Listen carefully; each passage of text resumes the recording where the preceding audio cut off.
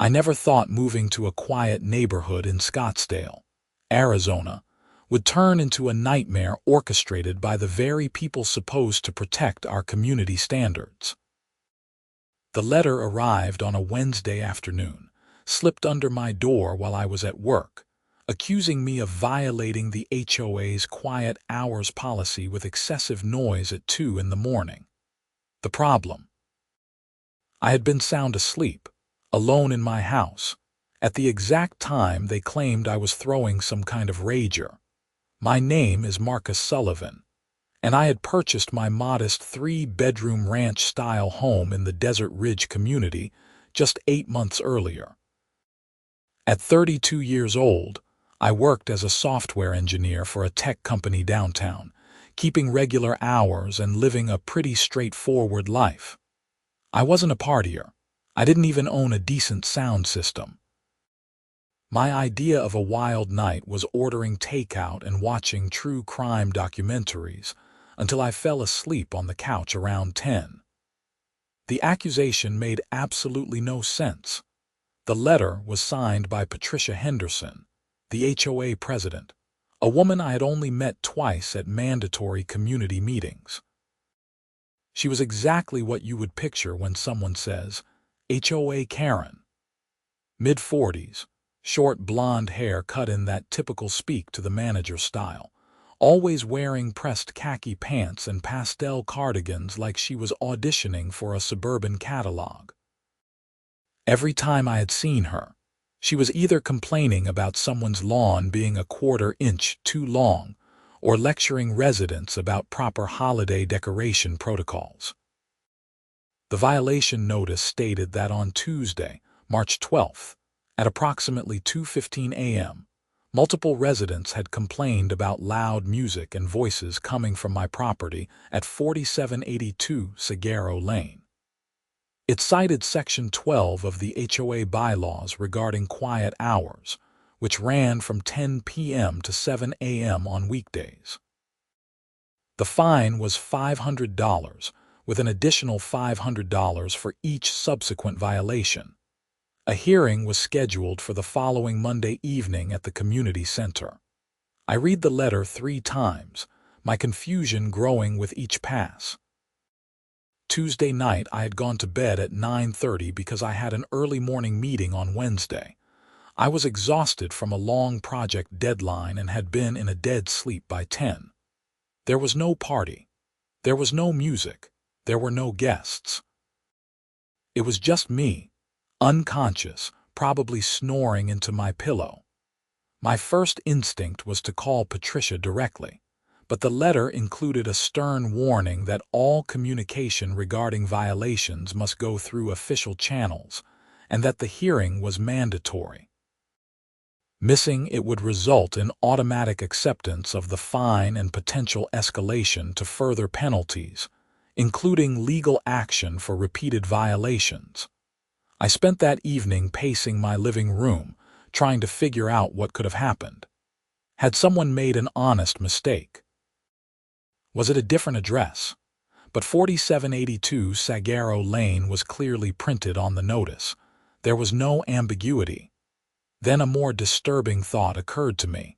What if this was intentional? What if someone was lying?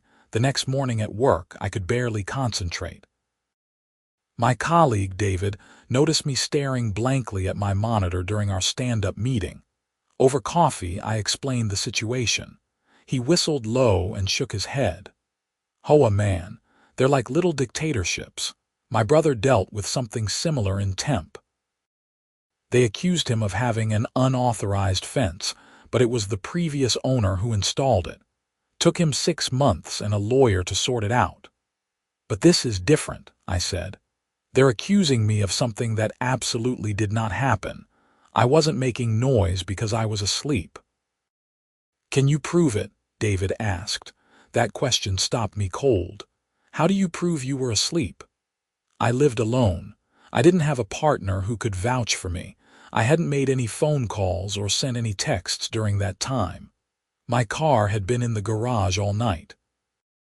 There were no receipts, no witnesses, Nothing that definitively placed me unconscious in my bed at 2:15 a.m. "I don't know," I admitted. "I guess I'll explain it at the hearing and hope they believe me." David gave me a skeptical look. "If they're already sending you violation notices, they probably won't just take your word for it. You need evidence." That conversation planted a seed. I started thinking about security. My house didn't have cameras. I had always felt safe in the neighborhood and never saw the need. But now, I wished I had some kind of recording that could prove my house had been quiet that night. Then I remembered something. My thermostat. I had installed a smart thermostat 6 months ago, one of those fancy ones that learns your patterns and adjusts automatically. It connected to an app on my phone and kept logs of temperature changes, motion detection, and when the system turned on and off. During my lunch break, I pulled up the app and started digging through the history. The thermostat had a basic motion sensor that detected activity in the hallway where it was mounted. According to the logs, the last motion detected on Tuesday night was at 9:47 p.m., right around when I had walked past it, heading to my bedroom. After that, nothing until 6:23 a.m. Wednesday morning when I woke up for work. No motion, no activity. The house had been still and silent. It wasn't perfect proof, but it was something. I took screenshots of the logs and saved them to a folder on my laptop. Then I started thinking about what else I could gather. My car had a GPS tracking feature through the manufacturer's app. I checked those records too. The vehicle had been stationary in my garage from 6:15 p.m. Tuesday until 7:10 a.m. Wednesday. Another screenshot saved. I pulled my credit card and bank statements, looking for any transactions that night. Nothing. My phone's location services showed I had been at my home address the entire evening and night. I was building a circumstantial case, but I still felt like it wasn't enough. Someone was claiming they heard noise from my property, and I was trying to prove a negative. Friday afternoon, I decided to do some investigating. I left work early and drove through my neighborhood, parking a few houses down from my own. Desert Ridge was a typical Arizona planned community, built about 15 years ago with similar-looking stucco homes in beige and terracotta, desert landscaping with cacti and red rock, and streets named after southwestern features. My house sat on a corner lot, which I had loved when I bought it, because it meant only one immediate neighbor instead of two. That neighbor was Gerald Pickering, a retired aerospace engineer in his 70s who spent most of his time tinkering in his garage. We had a friendly relationship, mostly consisting of waves and occasional small talk about the weather. I walked over and knocked on his door. Gerald answered wearing his usual uniform of a short-sleeved button-up shirt and jeans, grease stains on his hands. "Marcus, hey there. What brings you by?" "Hey Gerald, got a minute? I wanted to ask you something." He invited me into his living room and I explained the situation with the HOA violation. His bushy gray eyebrows knitted together as I talked. "Tuesday night," he repeated. 2 in the morning. That's what they're claiming." He shook his head firmly. "No way. I'm a light sleeper, always have been. Age and years of working around jet engines will do that to you.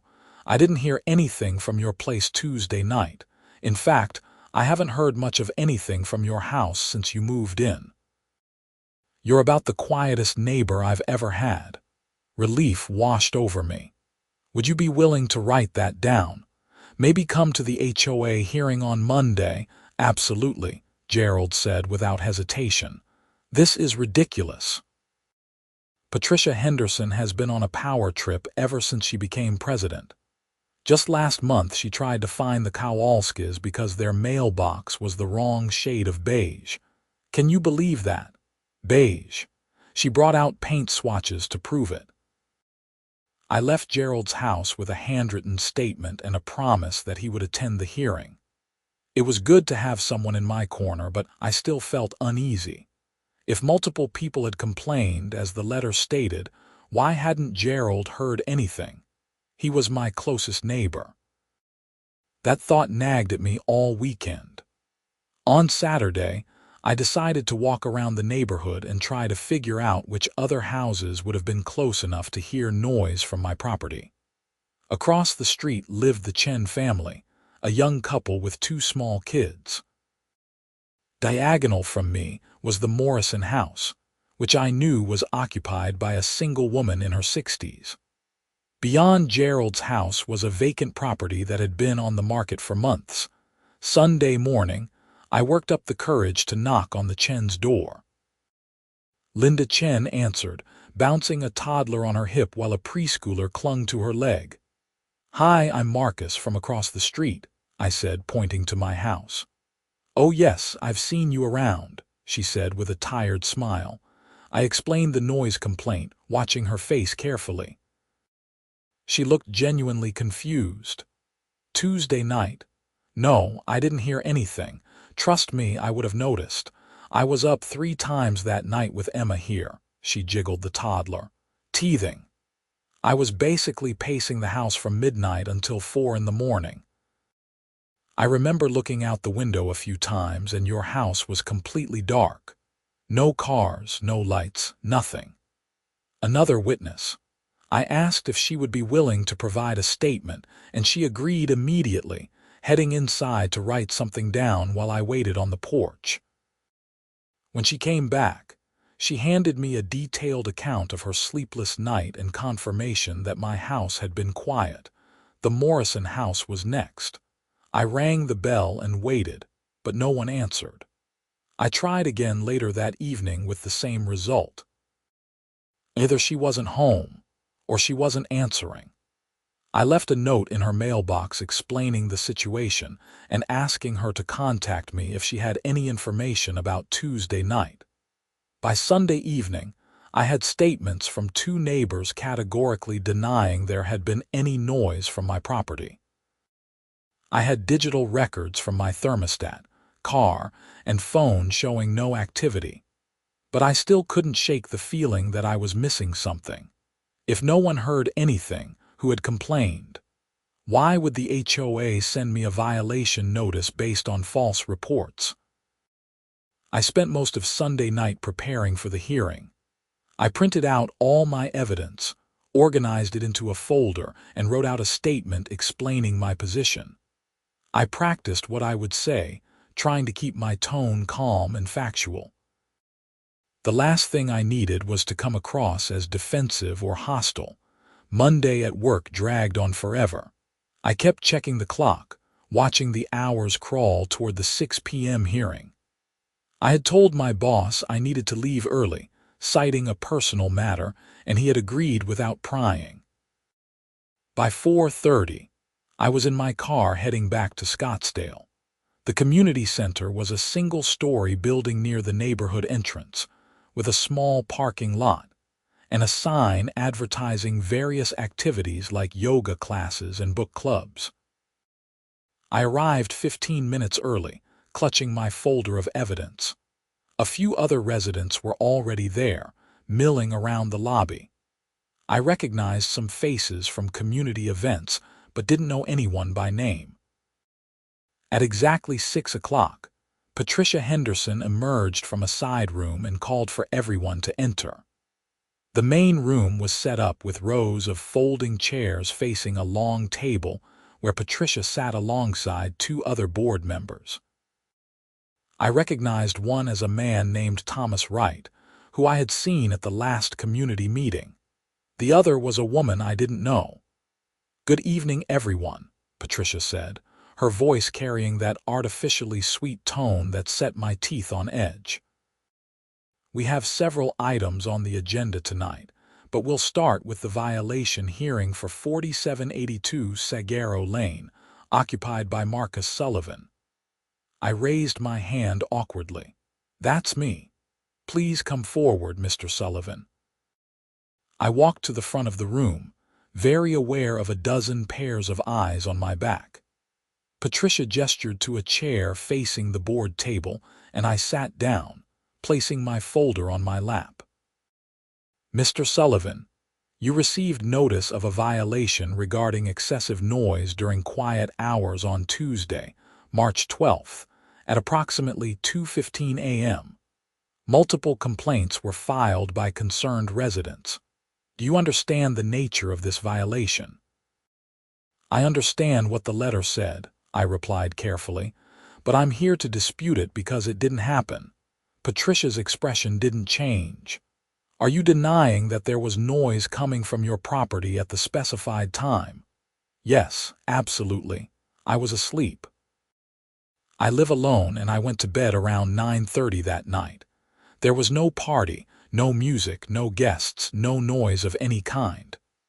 Thomas Wright, the male board member, leaned forward. "Mr. Sullivan, we don't issue violations lightly.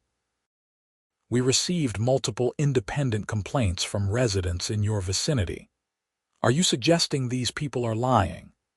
"I'm not suggesting anything about their motives," I said, trying to keep my voice steady. "I'm telling you the facts. I wasn't making noise because I was unconscious in my bed. I've brought evidence to support this." I opened my folder and began pulling out papers.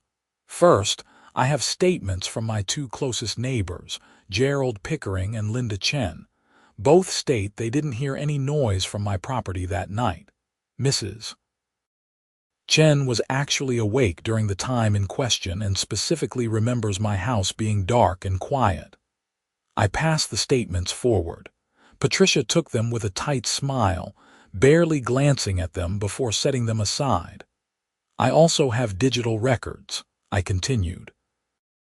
"My smart thermostat logs motion and activity.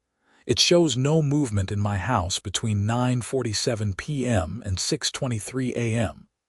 My car's GPS shows it was stationary in my garage all night. My phone's location data confirms I was at home. Here are printouts of all of it." I handed over the rest of my evidence. This time, Thomas actually looked at the papers, his eyebrows rising slightly as he scanned the thermostat logs. "This is interesting," he said, but Patricia cut him off. "Mr. Sullivan, we appreciate your preparation, but digital records can be manipulated. Your neighbor's statements, while noted, don't negate the complaints we received from other residents." "Then who complained?" I asked. "My two closest neighbors heard nothing. Who else would have been close enough to hear anything from my property?" "We keep complainants' identities confidential," Patricia said smoothly. "It protects residents from retaliation." "I'm not trying to retaliate," I said, frustration creeping into my voice.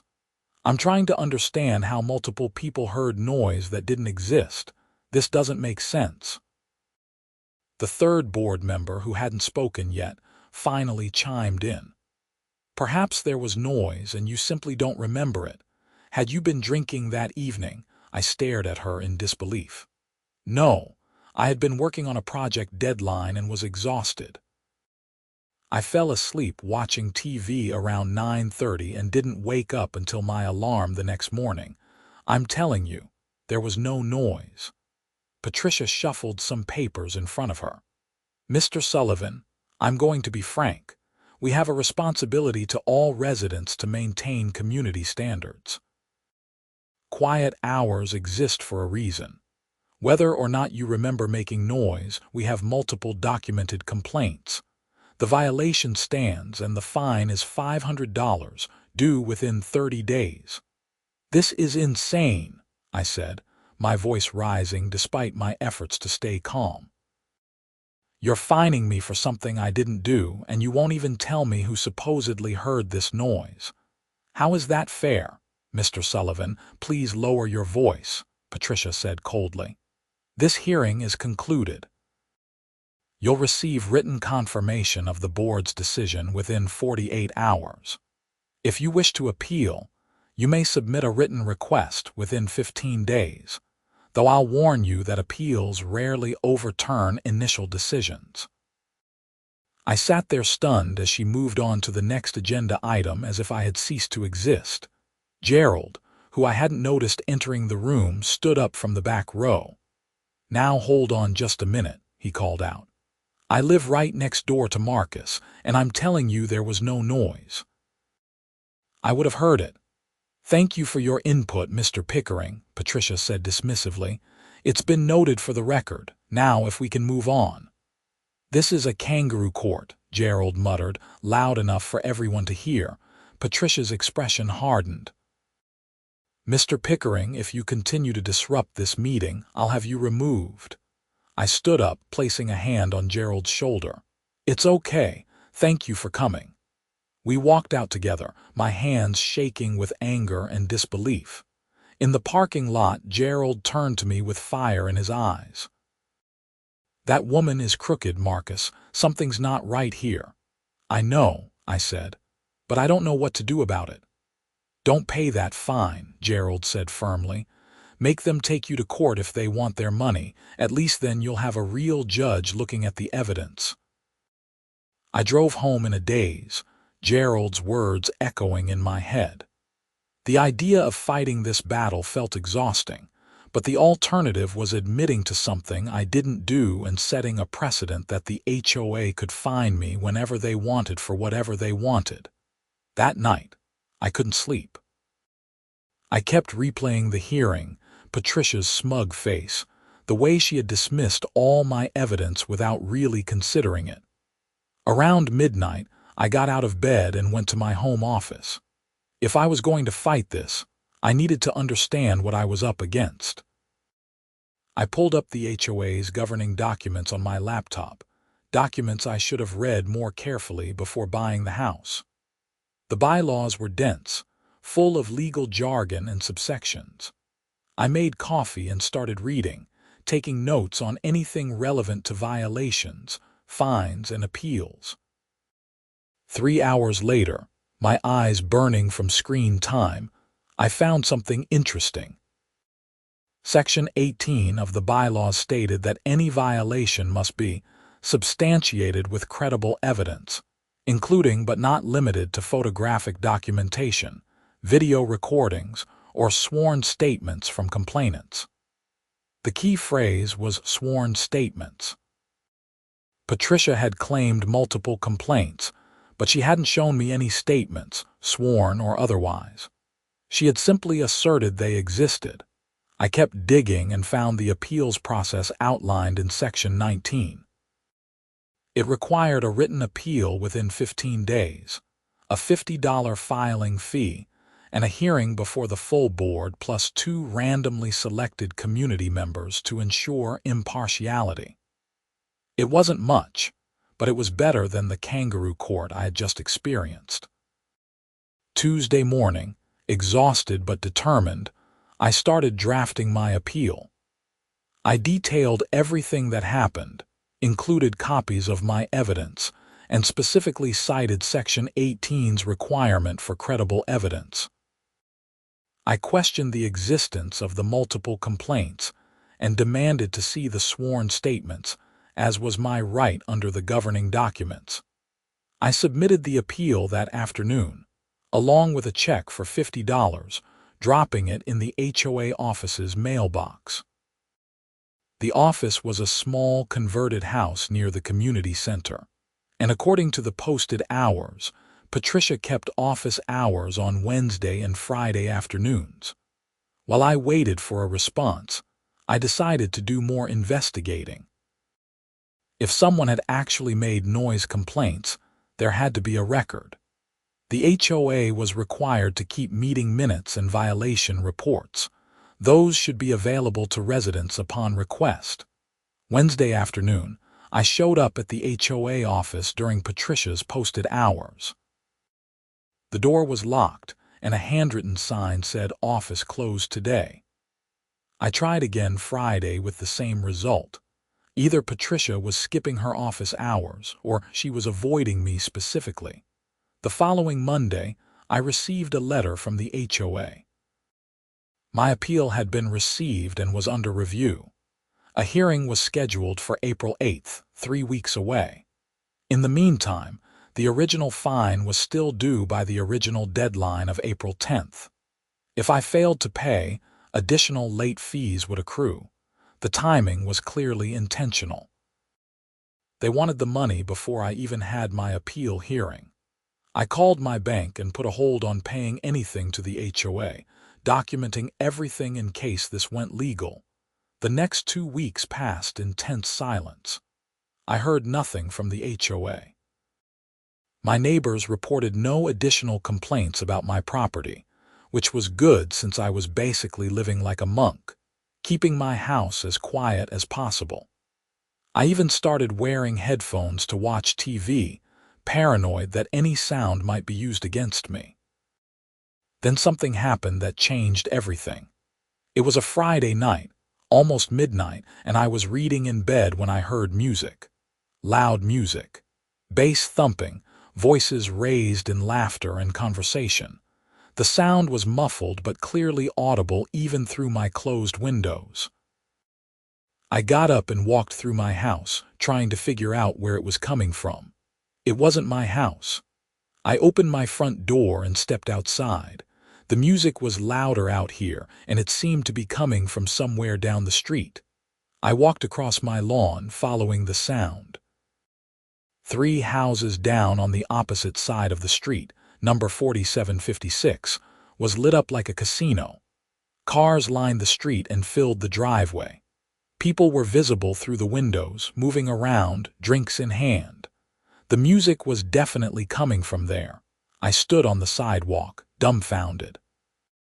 It was well past quiet hours, and this was a full-blown party. Who lived there? I tried to remember but drew a blank. I had never paid much attention to that particular house. Then the front door opened, and my blood ran cold. Patricia Henderson stepped out, laughing with a group of people. She was holding a wine glass and wearing a cocktail dress. This was her house. The HOA president was throwing a party that violated the exact quiet hours policy she had used to fine me. I pulled out my phone and started recording. The date and time stamp were clearly visible on the screen as I captured video of Patricia's house, the cars, the audible music, and Patricia herself standing on her front porch. I recorded for about 2 minutes, getting clear evidence of the violation. As I was recording, Patricia glanced my direction. Our eyes met across the street. Her smile vanished, replaced by a look of cold fury. She said something to her friends and stepped back inside, slamming the door. I walked home quickly, my heart pounding. Back in my house, I immediately backed up the video to my computer, to cloud storage, and to an external hard drive. This was gold. This was proof that Patricia was a hypocrite, but more importantly, it might explain what had happened on March 12th. A terrible suspicion was forming in my mind. What if Patricia had been throwing a party that night too? What if the noise complaints hadn't been about my house at all, but about hers? And what if she had deliberately blamed me to avoid getting in trouble herself? It seemed paranoid, but the more I thought about it, the more sense it made. Patricia's house was 3 houses down from mine, on the same side of the street. If someone had complained about noise from that direction, she could have easily pointed the finger at me instead of taking responsibility herself. I spent the entire weekend researching. I pulled up property records online and confirmed that Patricia Henderson owned 4756 Sagaro Lane. I went through neighborhood social media groups, looking for any mentions of parties or noise complaints. I found several posts from months ago about noise issues, but nothing specific about March 12th. Then I had another idea. If Patricia had thrown a party on March 12th, there might be evidence on social media. People always posted party photos. I found Patricia's Facebook profile, which was public, and started scrolling through her posts. There. Posted on March 13th, one day after the supposed violation at my house. A photo album titled, "Amazing Tuesday Night with Amazing Friends." The photos showed Patricia's living room full of people, drinks, decorations. The time stamps on the photos showed they were taken late at night, some after midnight. One photo was stamped 2:07 a.m., showing Patricia and several friends toasting with champagne glasses. I couldn't believe she had been this careless. She had documented her own violation on social media while simultaneously blaming me for it. I took screenshots of everything, saved them meticulously, and added them to my growing evidence folder. Monday morning, I called a lawyer. I knew this was escalating beyond what I could handle alone, and I needed professional advice. I found a real estate attorney in Scottsdale named Jennifer Marks, who specialized in HOA disputes. Her reviews were excellent, and she offered a free initial consultation. I met with Jennifer that afternoon during my lunch break. Her office was in a modern building near Old Town Scottsdale, with glass walls and desert landscape art. She was in her 40s, sharp-eyed and professional, and she listened intently as I explained everything that had happened. When I showed her the video from Friday night and the Facebook photos from March 12th, her eyes widened. "This is incredible evidence," she said. "You basically caught her red-handed, not just in violating the quiet hours herself, but in deliberately blaming you for her own violation. That's fraud." "Can I use this in my appeal hearing?" I asked. "Absolutely. But Marcus, I think this goes beyond an appeal hearing. If Patricia Henderson deliberately falsified violation reports to protect herself, that's a serious breach of her fiduciary duty as HOA president. You could sue the HOA for damages, legal fees, emotional distress. You could also file a complaint with the state. Arizona has strict laws about HOA governance." My head was spinning. I just wanted to clear my name and not pay a bogus fine. "I understand, but sometimes these things need to be pursued to prevent future abuse. How many other residents has she done this to? How many people paid fines rather than fight back?" That hit home. Gerald had mentioned Patricia's pattern of petty tyranny. How many others had she victimized? "What do you recommend?" I asked. "Go to the appeal hearing with all your evidence. Present it clearly and calmly. Demand that the violation be dismissed and that Patricia recuse herself from any further decisions regarding your property due to conflict of interest. Record everything if possible. If they still rule against you, we'll file suit. I'll need a $5,000 retainer to take the case, but given what you have here, I'm confident we'll win." $5,000 was a lot of money, but the principle mattered. I agreed and signed a contingency agreement where Jennifer would represent me if things went to court. The days leading up to April 8th crawled by. I prepared obsessively, organizing my evidence into a clear presentation. I made copies of everything for each board member. I practiced my statement over and over until I could deliver it calmly and confidently. I also did something else. I went door to door in my neighborhood with a petition. It stated that residents had concerns about HOA governance and requested a special meeting to review board decisions and discuss potential leadership changes. I needed signatures from 20% of homeowners to force such a meeting according to the bylaws. People were surprisingly receptive. It turned out I wasn't the only one who had problems with Patricia. The Kowalskis, the couple with the wrong shade of beige mailbox, signed immediately. A family who had been fined for having their trash cans visible from the street 6 hours before pickup time signed. An elderly man who had received a violation for having a non-approved garden gnome signed. Within a week, I had signatures from 42 households, well over the 20% threshold. I submitted the petition to the HOA office on April 6th, 2 days before my hearing. This time, I made sure to have a witness. Gerald came with me, and we hand-delivered the petition during posted office hours. Patricia was actually there, and her face went pale when she saw the petition. "This is highly irregular," she said, scanning the signatures. "It's within the bylaws," I replied calmly. Section 23 allows for special meetings upon petition by 20% of residents. We have over 20%. "I'll need to verify these signatures," she said, her voice tight. "Take your time." The bylaws give you 10 days to schedule the meeting once a valid petition is submitted. We'll be waiting.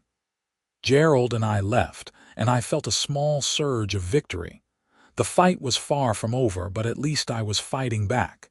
April 8th arrived. The appeal hearing was scheduled for 7 p.m. at the community center. I arrived at 6:30 and was surprised to see the parking lot nearly full. Word had spread about the hearing, and residents were showing up to watch. Inside, the same room was set up with the board table at the front, but this time there were additional chairs at the table for the 2 randomly selected community members. I recognized one as a woman named Susan who lived a few streets over. The other was a younger man I didn't know. Patricia sat at the center of the table, flanked by Thomas Wright and the other regular board member whose name I had learned was Deborah Foster. She looked nervous, her usual composure cracked. "Let's begin," Patricia said, her voice lacking its usual authority. "This is an appeal hearing for the violation issued to Marcus Sullivan of 4782 Sagaro Lane. Mr. Sullivan, you have 15 minutes to present your case." I stood and walked to the front, carrying my evidence folder. I had printed enough copies for each board member and the 2 community representatives. I distributed them first, then turned to face the room. "Thank you for hearing my appeal. On March 12th, I was issued a violation claiming I made excessive noise at 2:15 a.m., violating quiet hours. I denied this violation because it simply did not happen. I was asleep, alone in my house. At the initial hearing, I presented evidence including neighbor statements and digital records proving my house was quiet. That evidence was dismissed. I paused, making eye contact with each board member. Since that hearing, I've discovered why I was falsely accused. The noise that night didn't come from my house. It came from 4756 Sagaro Lane, the home of Patricia Henderson. A murmur ran through the crowd. Patricia's face flushed red. "That's a lie," she said sharply. "It's documented fact," I replied calmly. I opened my folder. On March 13th, the day after the alleged violation, Mrs. Henderson posted photos on her public Facebook page showing a party at her house on Tuesday night, March 12th. The photos are time-stamped. One photo, which I've included in your packets on page 6, was taken at 2:07 a.m. That's 8 minutes before she claims I was making noise. Thomas Wright was flipping through the papers, his expression darkening. Susan, one of the community members, was staring at the Facebook screenshots with her mouth slightly open. "But I have more evidence," I continued. "On Friday, March 29th, I witnessed and recorded another party at Mrs. Henderson's house that violated quiet hours. The video, which I've provided on a USB drive included in your packets, shows Mrs. Henderson's property with loud music audible from the street, multiple vehicles, and Mrs. Henderson herself outside at 11:47 p.m., well past the 10 p.m. quiet hours cutoff. I pulled out my phone and played a clip of the video for the room. The audio was clear, music and voices distinct, the time stamp visible. When Patricia appeared on screen, standing on her porch with a wine glass, several people in the audience gasped. "Mrs. Henderson threw a party that violated quiet hours on March 12th, I said, my voice steady and clear. Rather than take responsibility, she blamed me. She falsified violation reports, claimed multiple complaints existed without providing evidence of those complaints as required by Section 18 of our bylaws, and used her position as HOA president to intimidate a resident who had done nothing wrong. This isn't just about a $500 fine. This is about fraud, abuse of power, and violation of her fiduciary duty. The room erupted. Residents were talking over each other, some shouting questions at Patricia. She sat frozen, her face drained of color. "Order," Thomas Wright called out, banging his hand on the table. "Everyone please quiet down." He turned to Patricia. "Mrs. Henderson, this is serious. Do you have a response to these allegations?" Patricia's mouth opened and closed. Those photos were from a small gathering. It wasn't that loud. And the Facebook post, that was just, some of those photos were from earlier in the evening. "The timestamp says 2:07 a.m., Thomas said flatly, looking at the paper in front of him. "Timestamps can be wrong," Patricia said desperately. "And Marcus's video, he could have edited that, manipulated it." "I'm happy to provide the original files for forensic analysis," I said. "I have nothing to hide." Susan, the community member, spoke up. "I actually remember that night, March 12th. I was having trouble sleeping and took a walk around the neighborhood around 2 a.m. I remember passing a house with a party going on and thinking someone was going to get in trouble for the noise. I didn't realize it was the HOA president's house." Patricia looked like she might cry. Deborah Foster, the other board member, was staring at Patricia with a mix of shock and anger. "I think we need to take a recess," Thomas said. "Board members and community representatives, let's step into the back room to discuss this." They filed out, leaving Patricia sitting alone at the table while the audience buzzed with conversation. Gerald gave me a thumbs up from his seat. Several other residents came up to shake my hand and thank me for speaking up.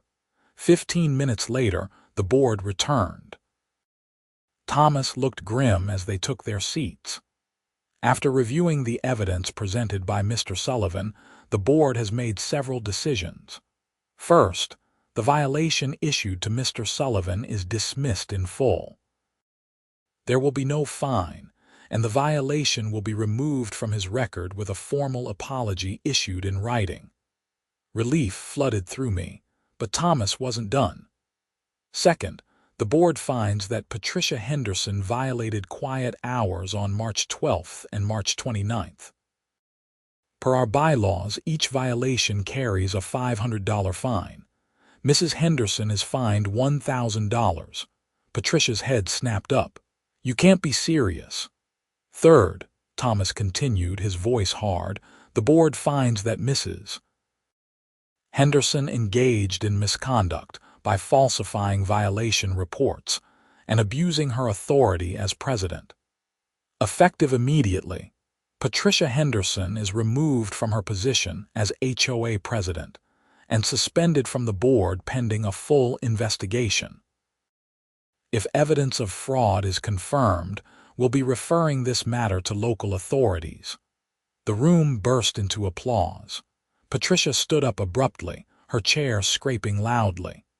"This is a witch hunt. I've dedicated years to this community, and this is how you treat me." "You treated a resident worse by lying about him," Deborah said coldly. "You brought this on yourself, Patricia." Patricia grabbed her purse and stormed out of the room, slamming the door behind her. The dramatic exit might have been satisfying if I wasn't so exhausted. Thomas turned to me. "Mr. Sullivan, on behalf of the HOA board, I apologize for what you've been through. This should never have happened. We'll be implementing new oversight procedures to prevent future abuse." I nodded, accepting the apology. The hearing was adjourned and people crowded around me, sharing their own Patricia horror stories and expressing support. It felt like the neighborhood had been freed from a tyrant. Over the next few weeks, things moved quickly. The HOA hired an independent auditor to review all violations issued during Patricia's tenure as president. They found 12 cases where violations appeared questionable or potentially falsified. The HOA reached out to those residents to review their cases and issued refunds where appropriate. Patricia's special meeting that my petition had requested was held on April 20th. The turnout was massive, with over 100 residents attending. Thomas Wright was elected as the new president, and 2 new board members were voted in to replace Patricia and Deborah, who resigned. The community established new rules requiring all violations to be supported by concrete evidence and giving residents the right to review all complaint documentation.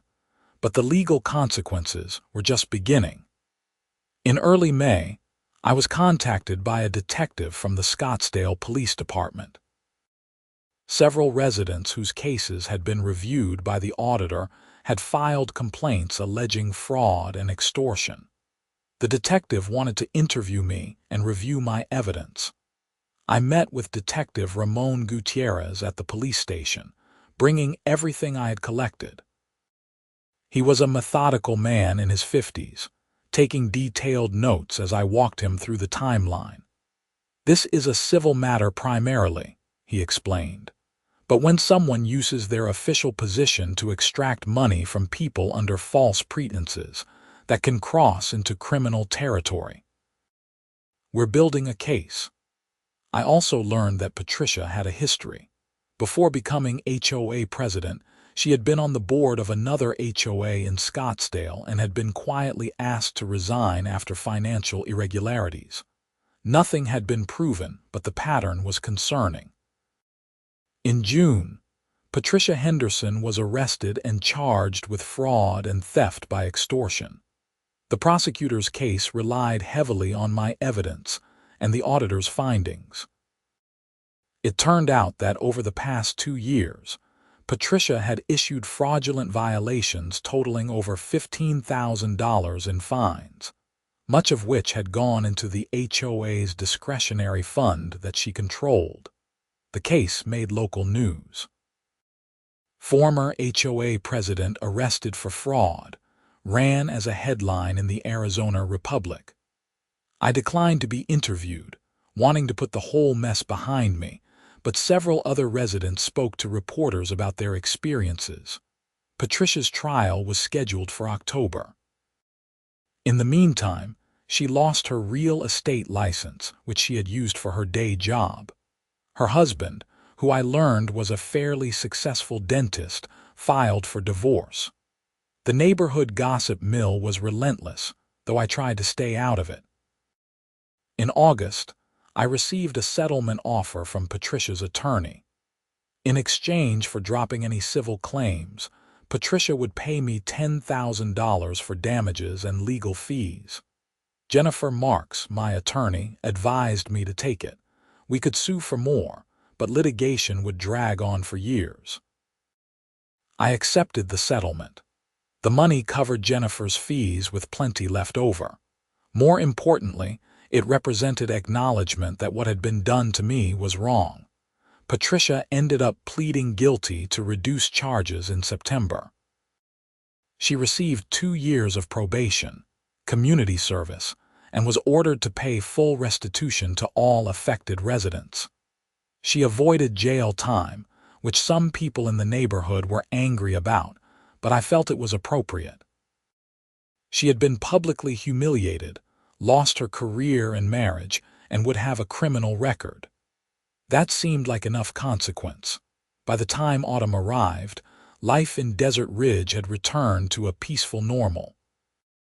Thomas Wright proved to be an excellent HOA president, focused on actual community improvement rather than petty rule enforcement. The board approved several initiatives that residents had wanted for years, like upgraded playground equipment and better lighting on walking paths.